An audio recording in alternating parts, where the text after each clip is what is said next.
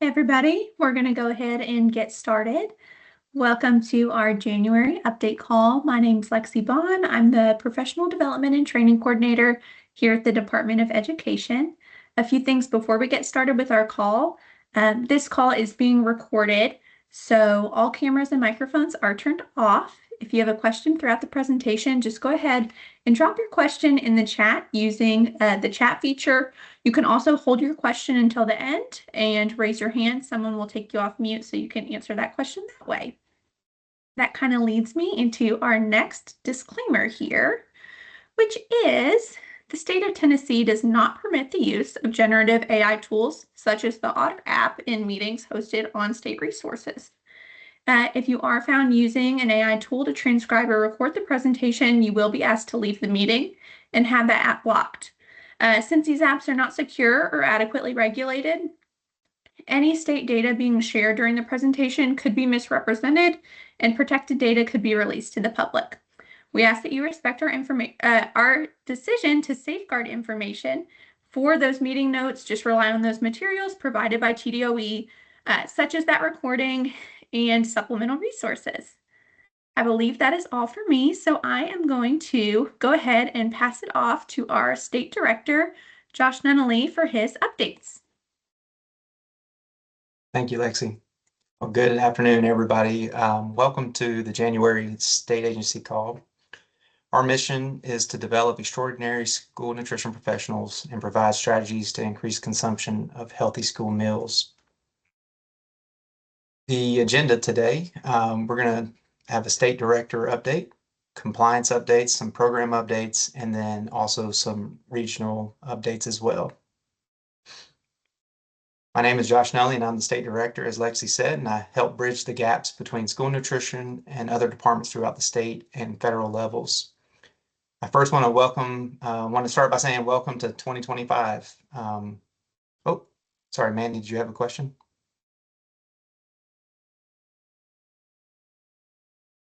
Nope. Okay.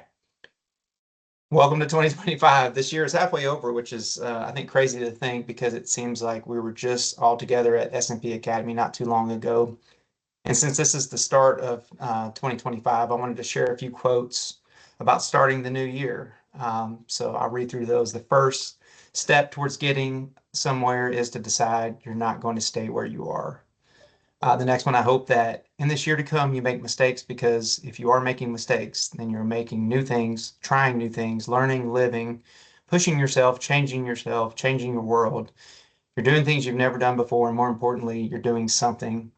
And lastly, act as if what you do makes a difference. It does. And I think that last one rings true for everyone on this call. We, on a daily basis, impact the lives of students in some way. It may not be something you see all the time, but you're all making an impact. So I just want to start off by, in 2025, saying thank you for all you do.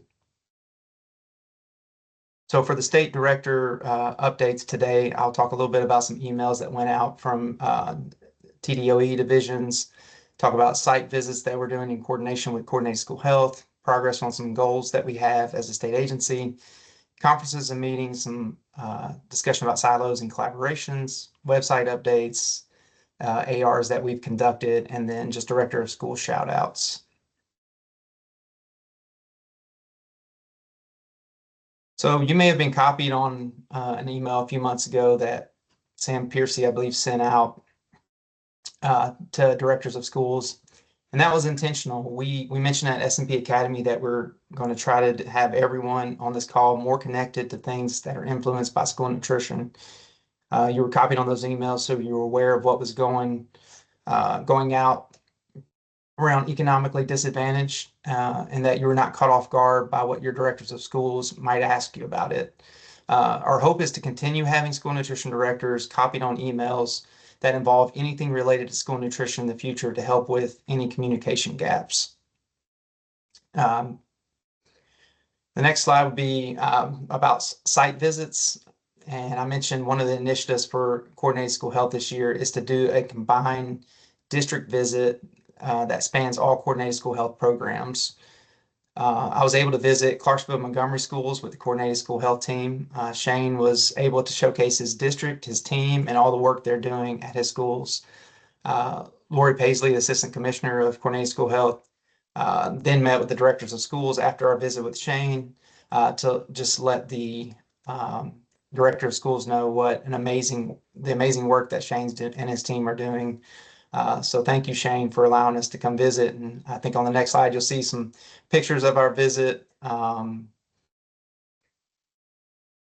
was just a great visit. You can see me and Taylor and Lori and Jennifer Smart, the regional consultant for that area, with Shane and his staff. And they just did a wonderful job in hosting us and letting us see just the great work that they do.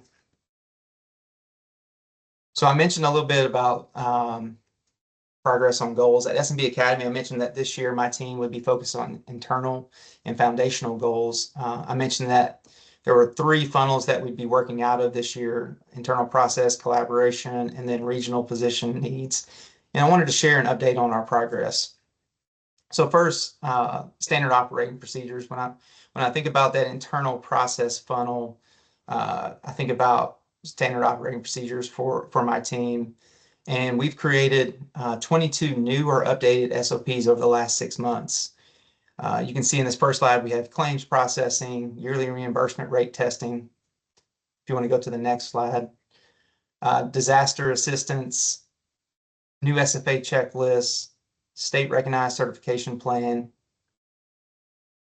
If you want to go to the next slide, mentorship program, Provision 2 base year review, and many others. And our hope this year is to continue adding to this list. And again, just creating that solid foundation that is needed to move us forward. The next funnel was around collaboration. And we have local, state, and national conferences and meetings that we've attended just in the last 6 months. And this is a list of everything we've attended. We're growing not only our knowledge base, but also utilizing our time at these conferences to collaborate with other states and gain valuable resources and ideas. An example of that is at CNAT. Randa went to CNAT and learned a lot about direct certification. And then we also did the same at the USDA conference that was held in DC in December, where we sat down and met with the USDA to talk more about state level direct certification, but also met with some of our counterparts in other states to determine what could be best for our future here in Tennessee. And so, again, utilizing these state and national conferences to build capacity, but also to get some great ideas. Staying in that collaboration funnel, we look at silos and collaboration. What we have found by attending conferences and collaborating with other agencies in the last couple of months is that there's 2 main silos in school nutrition. One is finance and the other is attendance. Both play an important role in the work that we do. And our plan is to attack those areas by attending and presenting at TASBO and the attendance conference. We've already hosted meetings with our local state finance team to start collaborating with them, and also with attendance staff as well. So you can see some of the state collaborations beyond our state as well on the slide. I feel like this year has been a year of meetings for me and my team, but again, it's us gaining knowledge, growing our knowledge base, and allowing us to see what other states are doing that has been successful for their SFAs, and taking those ideas and best practices to create things to help you all be successful. Again, staying in that same funnel, website updates. So we've made 5 website updates so far, and I believe as of this week, we have one other one that's in the comms process for comms review. And our hope is that we give you more tools to use and accurate data as well by making these updates. An example of this is our partnership with the Department of Agriculture. Together, we created a website that brings together local farmers and school nutrition. We'll put a link in the chat, and I think it's going to be on a slide as well that Marley is going to have. But just wanted you to see this just new and exciting website, and then just that collaboration that we've had with the Department of Agriculture over the last couple of months. We're also excited that we're close to finalizing and updating our Teach All platform. We have been working behind the scenes with our vendor to create an online learning management platform that we hope to have complete by April. I hope this shows you that we're working on some of those foundational things, like I mentioned at the beginning, but this is setting up our future for success. But we're also still making sure we provide you with the tools you need to be successful this year. Because again, we're setting a foundation so we can build you and your programs up in the future years. I wanted to show this slide mainly because I wanted you to see that we've conducted 17 administrative reviews at the halfway point of this year. So I just wanted to thank all the SFAs listed for allowing us to be a part of building, to be a part of what you're building at your schools. We talked a few weeks ago at our in-person meeting that, we want compliance to be the floor for you all, but you all have the opportunity to take nutrition to the next level. And we hope that we can be a part of that. Be a part of that growth and do so in a way that is collaborative and helps enhance your programs. And lastly, I wanted to share a slide of directors of school shout outs because I think it's important that you see the impact that you make and that your directors of schools are seeing that great work as well. One of the things that I've said since I've started in this position is we want school nutrition to be on everyone's radar. We want directors of schools to know the work you're doing and how much work it takes to have a great program. So I've listed some of the director of school shout outs or supports we've seen so far. I thought it was awesome during Hurricane Helene seeing the Unicoi County Director of Schools give a big shout out to school nutrition for all the work they did. Monroe County's Director of Schools emailed the state agency to express how pleasant and professional our team was during AR. Robertson County's Director of Schools attended TSNA over the summer and showed just great support to Patsy and her team. And then Director Elliott at Cleveland City Schools did a shout out in their weekly staff email. So I shared these slides because to me, it's a breath of fresh air, and it really excites me because you all do such wonderful jobs with your programs, and it's great to see directors recognize the work you all do. So thank you again, and I'll pass this off to Randa for compliance updates.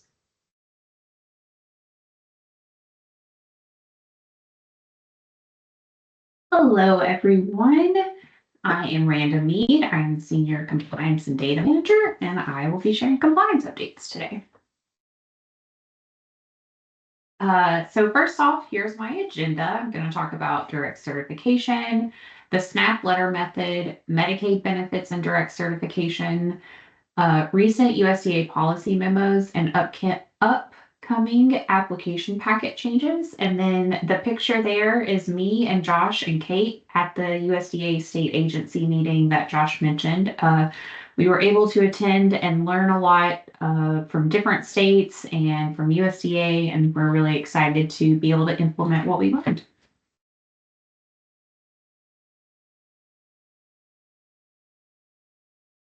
So first off, just some direct certification updates. You may have noticed that the information on the DC matching screen in TMAC has finally been updated. The information that is on that screen is now consistent with our current direct certification system and processes. Our last update call, we said that we would be having a visit from USDA to talk about our direct certification process, and we did. That happened on November 20th, right before the holidays kicked off. I think we had a really successful meeting, and we did establish a goal or create a goal to establish a state match direct certification system that would be a true state match, utilizing the attendance information that we already have access to and matching the data that we receive. Those are the only updates I have about that system at this time. As we move forward with implementing that, we will keep you updated.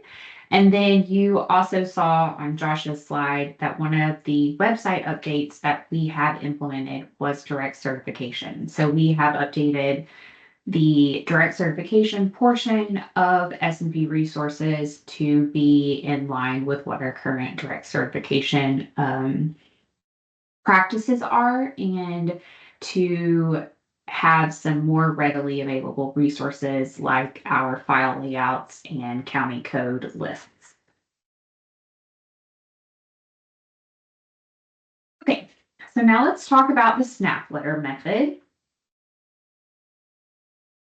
So this is not necessarily new information, but I wanted to provide some clarification around it.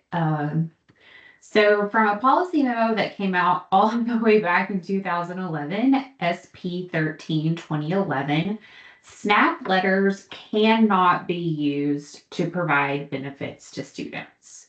There's a question on your verification report that is asking for how many students are certified categorically eligible via the SNAP letter method. And so this number should always be 0 because this method is not actually allowed.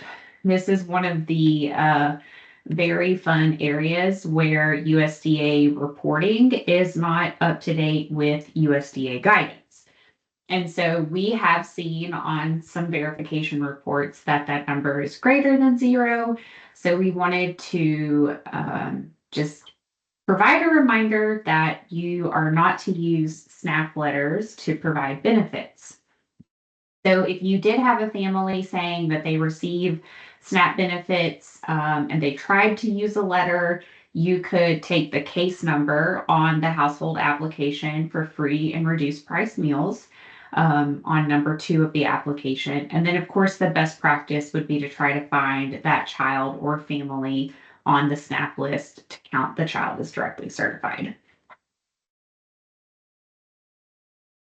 You can use SNAP letters to verify an application if the application that is selected for verification used the case number on their application. So a SNAP letter could be used in that situation in the verification process, but not to initially provide the benefits. If you do use the SNAP letter for the verification process, the documentation must contain the certification period, and an identification card is not acceptable as verification unless it contains an expiration date.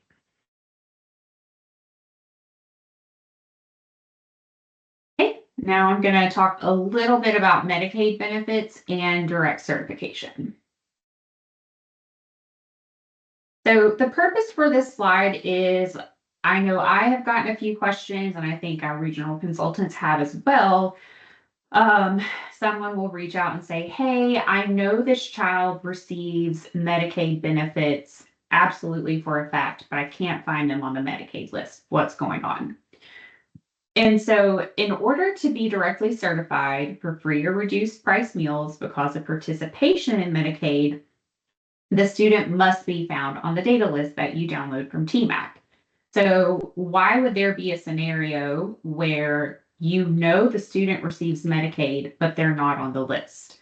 Well, as a reminder, our guidelines for free meals are that the household can make up to 130% of the federal poverty level. To qualify for reduced price meals, they can make up to 185% of the poverty level.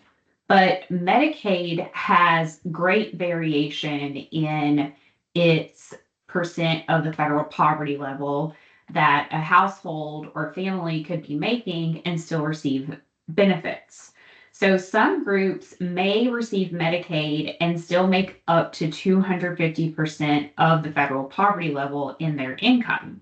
So this creates a scenario where a family could be receiving Medicaid benefits, but not qualify for free or reduced price meals.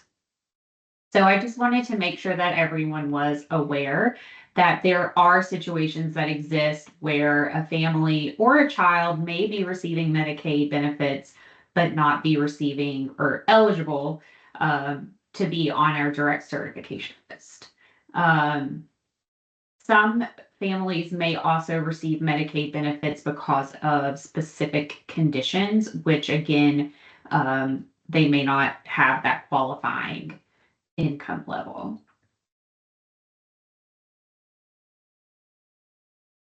All right, now I want to go over some recent USDA policy memos and resources.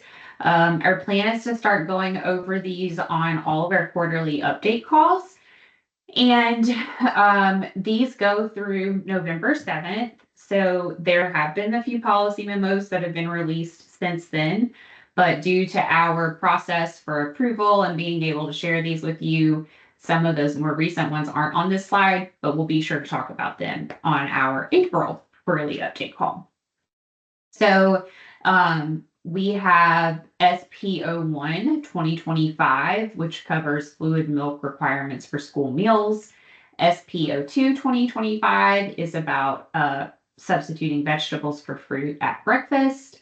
SPO3 2025 is not on this list because it is for the US territories and not for the continental United States. So it doesn't apply to us. SPO4 2025 covers fees for electronic payments in the school meal programs. And then SPO5 2025 covers guidance for processed product documentation for meal pattern requirements. And the memo code is hyperlinked to the USDA website for all of those policy memos. And that'll be available in the follow-up that's sent. So for SPO1 2025, fluid milk requirements for school meals, this is providing information from the final rule about milk requirements. So the final rule that came out maintains our current fluid milk requirements. Schools are allowed to offer fat-free and low-fat, flavored and unflavored milk to K-12 students. Unflavored milk must be offered at each school breakfast and school lunch meal service, and a variety of milk must be offered at each school breakfast and lunch meal service. Lactose-free and lactose-reduced milk, cultured milk, acidified milk, and ultra-high temperature milk can all be offered as one of the milk options to all students. Beginning July 1st, 2025, so the school 25-26 school year, flavored milk must contain no more than 10 grams of added sugar per 8 fluid ounces.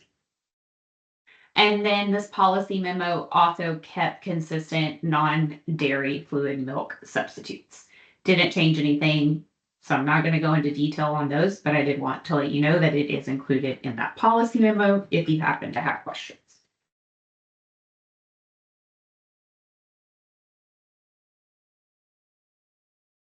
So next we have the substitution of vegetables for fruit flexibility in the school breakfast program, SPO2 2025.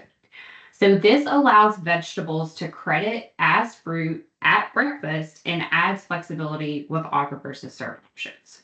So this is taking provisions from the 2024 final rule and kind of telling us some more concrete guidance around them. So schools choosing to offer vegetables at breakfast in place of fruits 1 day per week may offer vegetables from any vegetable subgroup. Schools choosing to offer vegetables at breakfast in place of fruits 2 or more days per week must offer vegetables from at least 2 different vegetable subgroups over the course of the week. And you're not required to offer vegetables at breakfast and may choose to only offer fruits. So what does this mean in practicality? So the previous guidelines, if you wanted to provide vegetables, we all know that we're probably talking about some hash browns here, starchy vegetables and potatoes at breakfast. You had to provide a variety of vegetables across the subgroups. But now, if you wanted, you could choose to provide, I'm just going to go with hash browns once a week. So let's say you want a hash brown Friday. You can do that. You can serve a juice, banana, and a hash brown on Fridays. Check, you're good to go. It doesn't have to be just an extra. You can actually count it towards your fruit. Well, what if you want to serve potatoes every day? In that case, you would have to provide 2 vegetable subgroup options. So that might be, I don't know, like a cheesy bean burrito for breakfast so that you get some bean pea legume, just something other than your potatoes. Salsa, thank you, Angela. Salsa to go with your eggs. So again, you're not required to provide vegetables at breakfast. You still need to make sure you're maintaining your calorie, sodium, and fat limits if you decide to implement hash browns at breakfast, but it is now more easy to do so if you would like to. As a reminder, you must offer 1 cup of fruits or vegetables daily. So you can offer 1 cup of fruit, like you're currently doing, can offer 1 cup of vegetable, or you can offer a combination of fruits and vegetables for a total of 1 cup fruit/vegetable. And this does supersede SP 06/2020 school breakfast program continuation of the substitution of vegetables for fruit flexibility.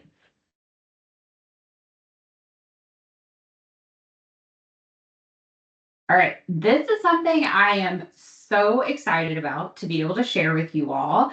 One of my goals this year as the compliance manager was to create a policy team to provide some written guidance around policy memos that we receive from USDA. Up until this point, pretty much all of our guidance is in the form of a PowerPoint, and that's not always the most user-friendly way to tell you what we think of a policy memo. So we have implemented a policy team to review policy memos that come out. Now, at this time, we're not going to be doing this for every single policy memo, especially those that are super straightforward, but the ones that have a little bit of room for interpretation, or you really need to know where the state agency is at, we will be producing our own policy memo. So this policy memo will be shared in the next bi-monthly update and in the recap email following this. So we did write a policy memo regarding fees for electronic payments in the school meals program, SP 04/2025. We wrote a response to it. You can see the picture there, and then I'm going to share what we put in it on the next couple of slides. All right, so fees for electronic payments in the school meals program, SP 04/2025. This supersedes SP 02/2015 online fees in the school meal programs.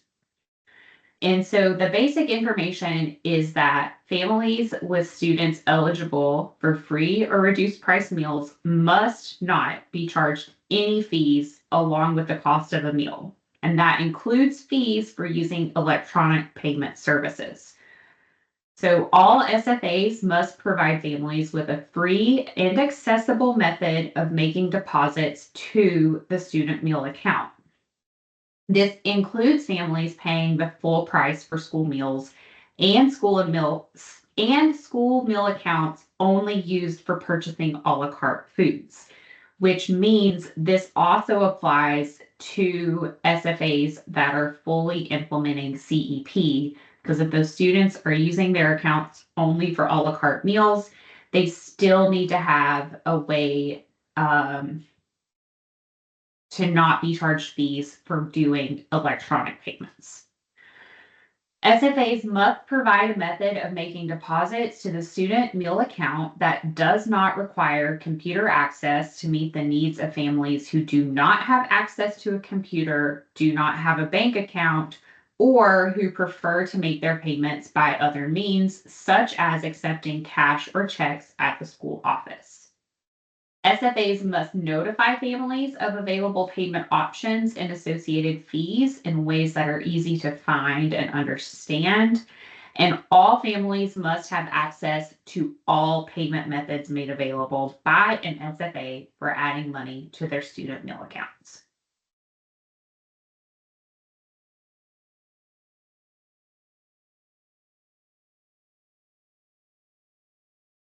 So that's what you're required to do. Let's talk about some best practices and strategies in order to implement these. First is to increase the availability of free or low-cost payment methods. This can include covering the cost of fees from an outside source, such as the general fund or donated funds, or by utilizing excess funds in the nonprofit school food account.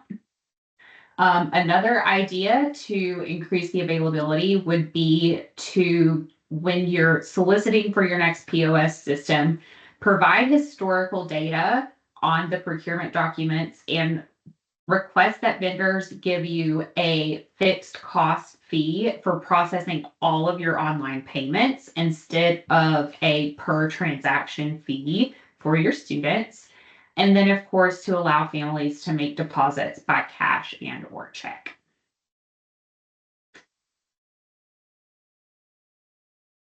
Some other best practices and strategies are to increase awareness of payment methods. So make sure you're including information about free payment methods with your meal charge policy. Post the free payment methods and other available payment options and associated fees on the district website or web pages related to your school meal payment services and on menus. Include information regarding free payment methods in notices sent to families when a student's meal account balance is low, and prominently inform families through all communication regarding meal payment options that they can make deposits to their accounts for free, including communicating about free methods when families are using a fee-based option.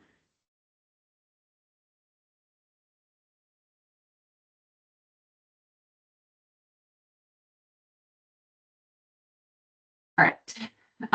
So the last policy memo update that we have is SP 05/2025, which is guidance for accepting proposed product documentation for meal pattern requirements. To my knowledge, this isn't changing anything that we were already operating. I think it's consolidating some other older guidance. So this policy memo is superseding 3 policy memos: SP 11/2015 version 2, SP 27/2015, and TA 2010 version 3. The question in the chat: do we have to offer online payment options? Can we just accept cash and checks?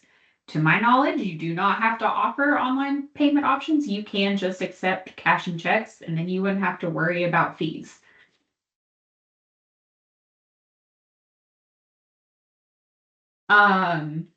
So for SP 05/2025, you must maintain documentation for how a food item meets program regulations. If the item is not in the food buying guide, documentation should be obtained from the manufacturer.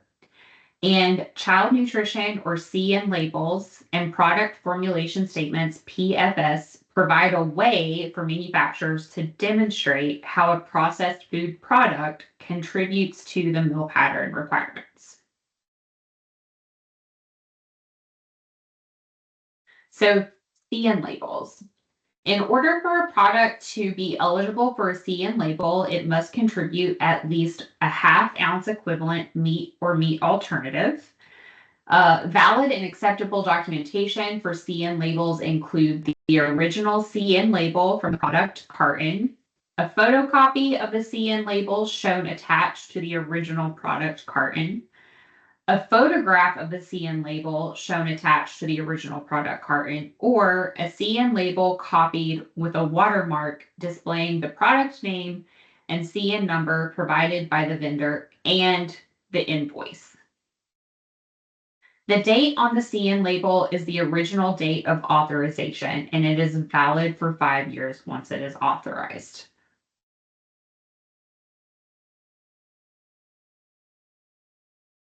All right, product formulation statements demonstrate how processed products contribute toward the meal pattern. They can be used to document meal pattern contributions for any processed food product. They may include information for more than one meal component. The program operator is responsible for checking the product formulation statement for accuracy. And then I have linked this USDA resource, Tips for Evaluating a Manufacturer's Product Formulation Statement.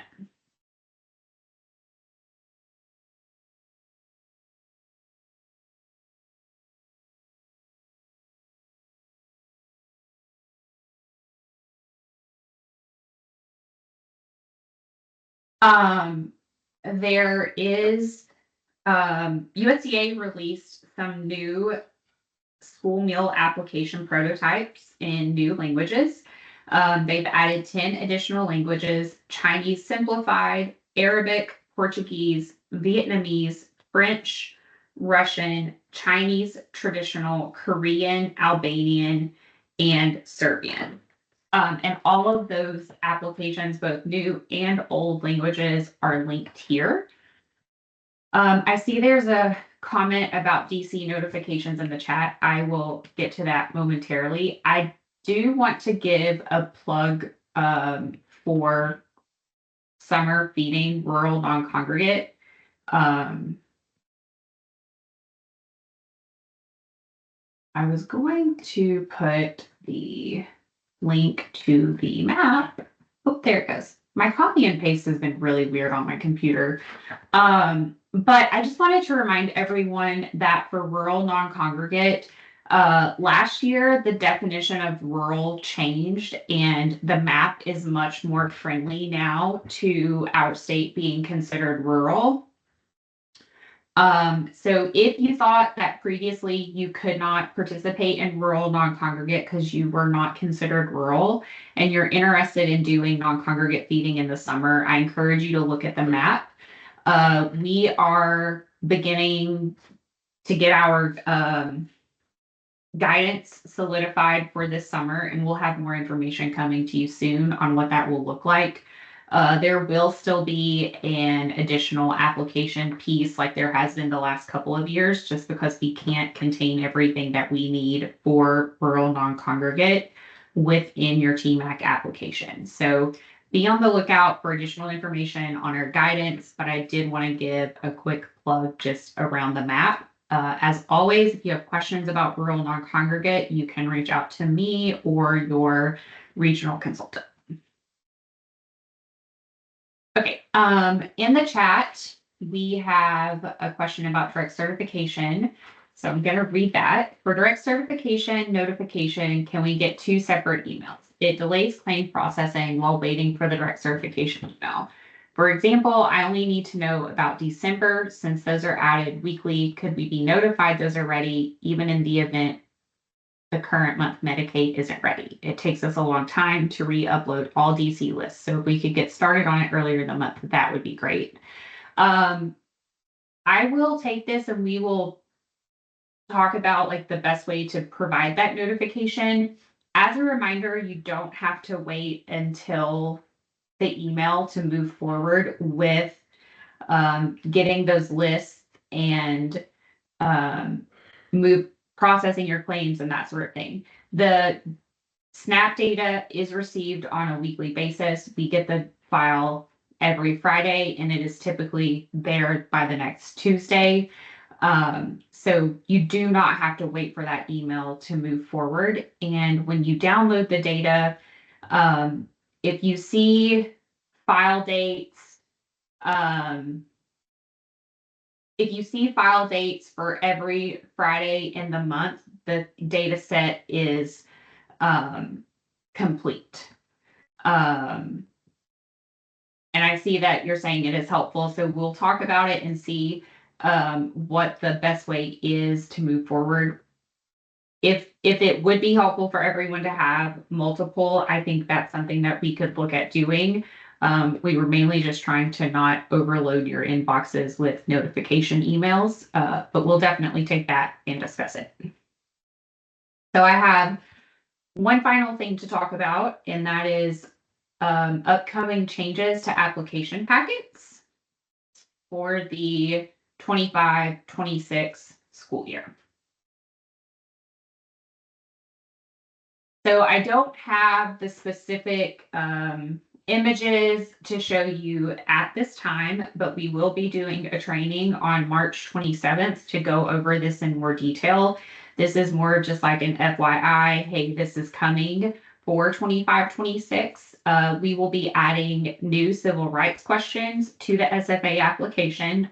These are what USDA calls pre-award questions that they want us to get some information from y'all before actually applying and operating or while applying and before operating the program.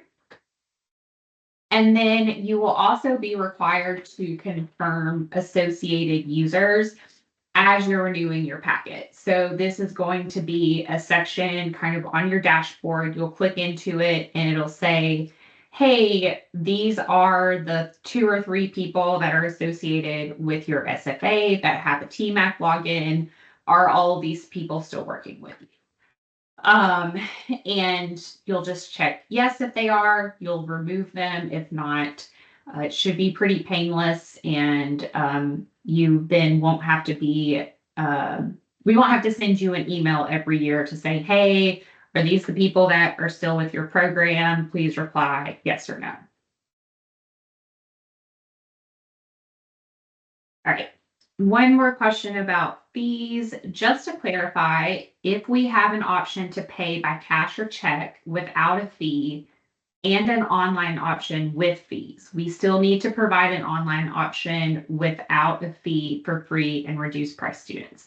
Yes, and it needs to be very like obvious as a way that they can pay without fees. And very, very clearly communicated. So I'm going to turn it over to Marlia for some program updates. Perfect. Thank you, Randa. Good afternoon, everyone. So I have some general program updates. The first slide is mostly reminders. So reminding you that junior chef applications are due on Friday, the 17th, which is tomorrow. So if you have any junior chef teams within your school districts applying, please make sure you get those applications into Lindsay by tomorrow. Also, equipment grant applications are due Friday, February 21st, and those will be emailed to the school.nutrition@tn.gov inbox. And make sure you do put the subject line exactly what it says on the application so it goes to the right people to get those applications turned in. And then your annual reminder that the fresh fruit and vegetable program applications will be opening in TMAC mid-February. So be on the lookout for more updates about that.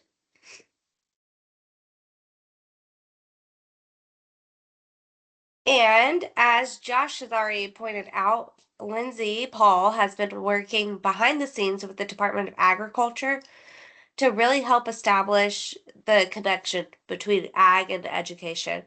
So she's done a great job with basically creating a home on the Department of Agriculture's website for school nutrition. So that link is already in the chat. You're more than welcome to click on that and venture through some of the elements that have been added to the Department of Ag's website. And talking more about Farm to School, we are in the process of creating a Tennessee statewide Farm to School network to kind of help move the Farm to School initiatives and different projects that people are working on to a more statewide level. That way we can utilize resources and partners from one side of the state and share them with the other side of the state. So I'm excited to see where that Farm to School network leads us in our Farm to School work. And I know you've heard that there are more funds coming for the Local Foods for Schools money that we had last year. We are going to be distributing more Local Food for Schools funds. Hang tight with us. We are working on the backside for all the details of what that looks like this year, because we do have more money to provide. And we are working in collaboration with the Department of Human Services for their farm to childcare centers for these funds. So a little more intricate on the admin side, so that's why you don't have any details at the moment, but they are forthcoming. I promise we are working diligently in the background. And then as a reminder, the Farm to School Institute, the registrations have been open. They're still open. We encourage you to register for East, Middle, and West Farm to School Institutes. Again, we'll drop those links in the chat so you have those readily available, but they are also on our training calendar. So if you have that handy, you can register for whichever Farm to School Institute best suits your schedule and your location.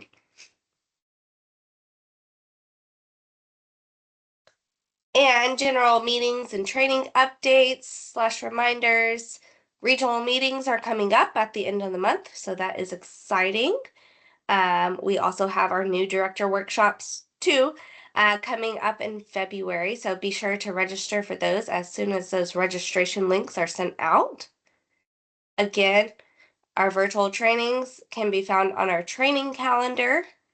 And I'm going to point out the new virtual training that we added onto the training calendar is for the application change on March 27th. So those application packet changes, we'll do a specific training for that on March 27th, and that has been added to the training calendar. The Coordinated School Health Institute is March 5th through the 7th. So if you're interested in going to that institute, please get with your local Coordinated School Health coordinator. They have a registration code for you to make sure that you can get registered. And again, if you need the link to the registration, we're happy to share that. However, the code for you to register comes from your coordinator at the district level. And March is a very busy month around here. We do have the Junior Chef Competition. This is our 7th annual state level Junior Chef Competition, and that will be held March 6th and 7th. So I'm excited to see who all ends up competing in that. So again, get those applications in so we can see whether or not you're competing in March. And Peggy, yes. Peggy asked if you could extend the Junior Chef application submission deadline. If you will email Lindsay Paul, and she will work with you to get the extension deadline worked out for you, because I know school was out most of this week and last week because of snow and weather. And then we will talk about the Teach All platform.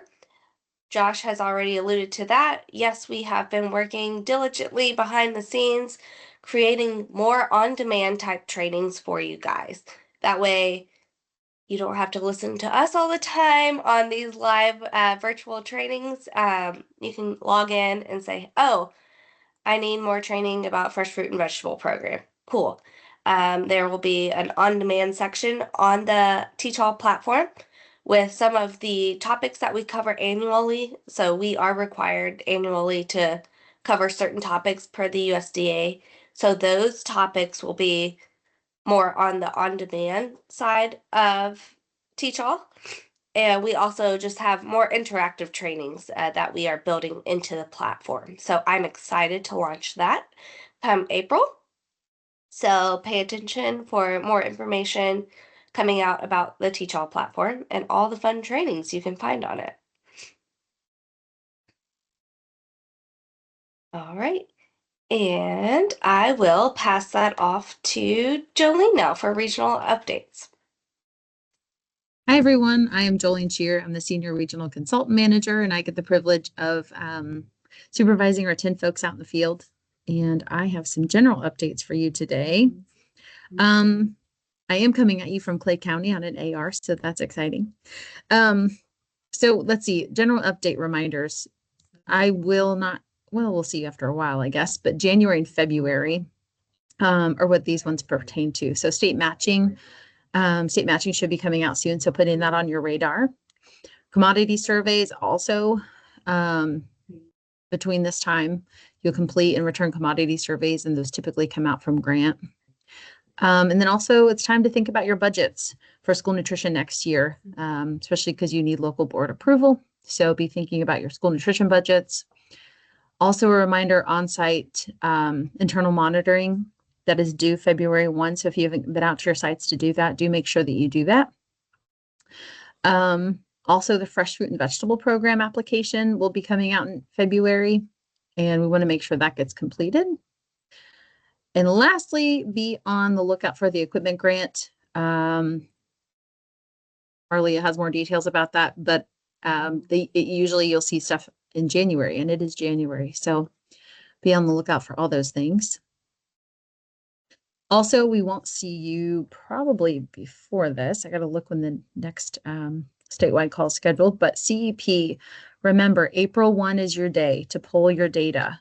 And that means pulling your attendance or enrollment data and your DC data, your direct certification data on the same day. Those need to match dates. So April 1st is that day, and that'll be here before you know it. So go ahead and mark it on your calendar now. And you can keep up with all of these operational reminders on our operational calendar on our website. And we also have some regional updates with our mentorship program that you see. I'm doing things a little bit differently this year. The ones that are currently matched, your match is good for. Continue to be friends with those folks, but your match is effective through April 2025. This year, we're doing, I don't know if you guys, I guess we're privy to this information prior, but we would keep it smaller and kind of like hand select. We will still be selecting mentor and mentee matches by hand and trying to get the best match to matching programs. But this year we're doing it all in a survey. So if you participated this year in the as a mentor or a mentee, fill out the survey, please. Any information that can help us make the program better is helpful. But also, if you haven't participated and you're interested to become a mentor, or you're interested to be a mentee and get assigned a mentor, or any of the combinations, you want to fill out that same survey. The goal is to get the survey out to you by the end of March, and then get those introduction new matches out beginning of April. So they just have a slight overlap there.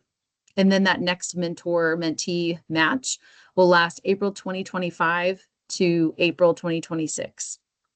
So be on the lookout for that survey. I will probably also have the regional consultant send it out. I'm sure Brittany will also put it in our weekly blasts. So be on the lookout for that. Lastly, I just wanted to tell you a little bit internally. We obviously are doing a lot of site visits and ARs this time of year, but we are actively working to update our school nutrition webpage to make it more user-friendly, and then also more easily accessible resources, and also thinking about those parent-facing resources to help you with your conversations with the parents at the district. We're really excited about what it's going to look like. Everybody on the team is working together to make it better. So I am going to turn it over to Audra with our district highlight.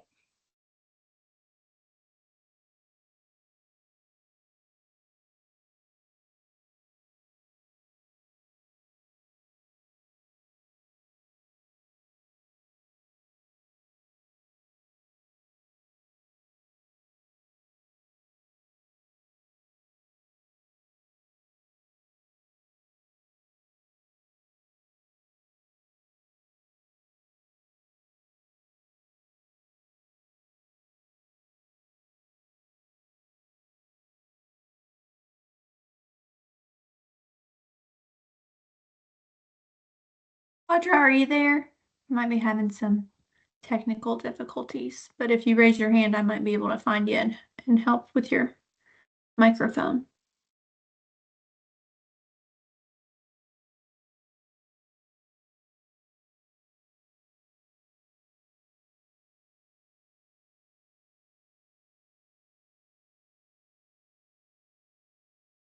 Should be working for you now. Let's see. Great. Thank you so much. Yes, it is now working and I can unmute it. Thank you. Perfect. Sorry about that. No problem. Good afternoon. Yes, I'm Audra Barron, the Southwest Regional Consultant, and I was asked to share some good news that's happening in the Southwest region of the state. So I'm thrilled this afternoon to be highlighting Decatur County. Decatur County is supervised by Sherry Burrows. Sherry is in her 30th year with school nutrition, so congratulations on her longevity with school nutrition. She served the last 8 of those years as the school nutrition supervisor, and prior to that, she served 22 years as the nutrition bookkeeper.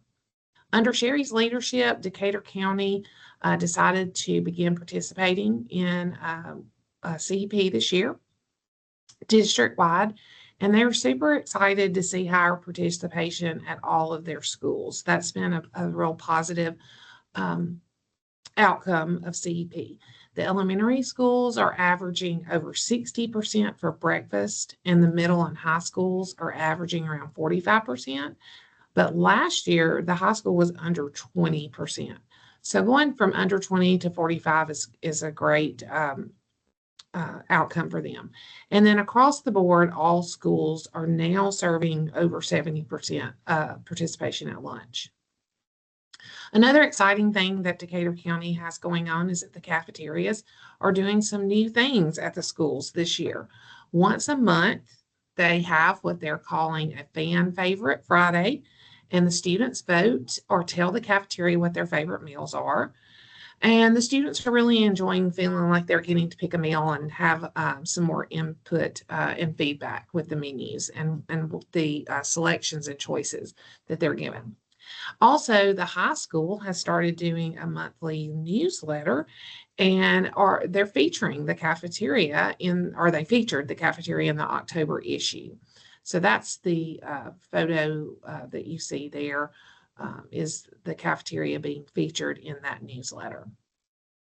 Another great thing that I wanted to highlight with the Southwest in general, and then with Sherry in particular, is that the Southwest districts are doing an excellent job of facilitating and continuing the supervisor showcases that were started by the state agency a few years ago. This year, the showcases are being organized and led by Sherry in Decatur County. And what they do is that every time we have a regional meeting, or at least 2 of the 3 regional meetings, they decided that they would meet the afternoon of their regional meeting following a lunch break, since they're already there and gathered together. That previously they've had partners come and speak to them about equipment maintenance and grant opportunities. They've also had a recipe sharing and meal idea workshop. And they just this past year, they successfully planned and implemented a back-to-school managers boot camp. It was held in July, and it was based on a model that the state agency did several years ago, and it was very successful. And it was because of their collaboration, the Southwest supervisors collaborating and deciding to bring that back, that they were able to do that. So the first Southwest Supervisor Showcase for this year is actually going to be in a couple of weeks on January the 30th. And it's going to be held in Hardin County, and it's going to include kitchen cafeteria remodels and new equipment that's available for school nutrition programs. So I just wanted to be sure and tell the state and the Southwest how much I appreciate their continued commitment to networking, collaborating, and sharing best practices with one another. And I especially appreciate the leadership that Sherry is bringing to the Southwest region this year. And that's all I have for this afternoon.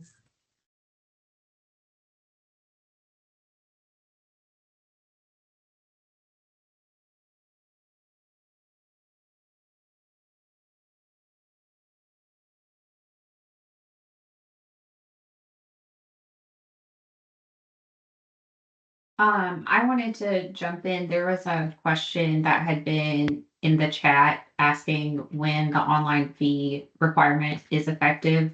And I did answer it in the chat, but I just wanted everyone to be able to hear that it is effective for school year 27-28 or the year immediately following the expiration of your current contract with a payment processing company if the contract expires after 27-28. But if you are in any way procuring a new contract before 27-28, I would encourage you to take this into consideration, though it is not officially required until 27-28. I want to go back to the question that said, if we have an option to pay by cash or check without a fee and an online option with fees, do we still need to provide an online option without fees? for free and reduced students. And specifically, yes, with the emphasis on free and reduced students, because by law, a student who is receiving especially reduced price meals cannot pay more than 30 cents for breakfast or 40 cents for lunch. This goes into the next question that we got about, would there be an issue with sharing eligibility information with the online payment vendor? And I would say, yes, you should not be sending a list to the online payment vendor of who would be free or reduced. And that's why it's advisable to find a way for no one to pay the fees, so that you're not trying to make sure that it's only no fees for free or reduced students, because that could potentially get into discriminating based on free and reduced, or some type of overt identification. And so those questions are kind of related, and I wanted to provide some additional clarity for that. I'm also going to drop the actual link to this policy memo in the chat, since it is generating a lot of questions and conversation.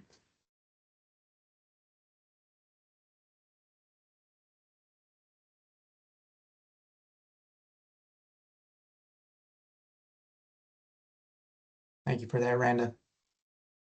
And I think we are right at time. So thank you all for being on the call, and thank you, Sherry and Decatur County, for all the work that you're doing. Really love seeing that today. Thank you all again, and we'll talk to you soon. Hi, everyone.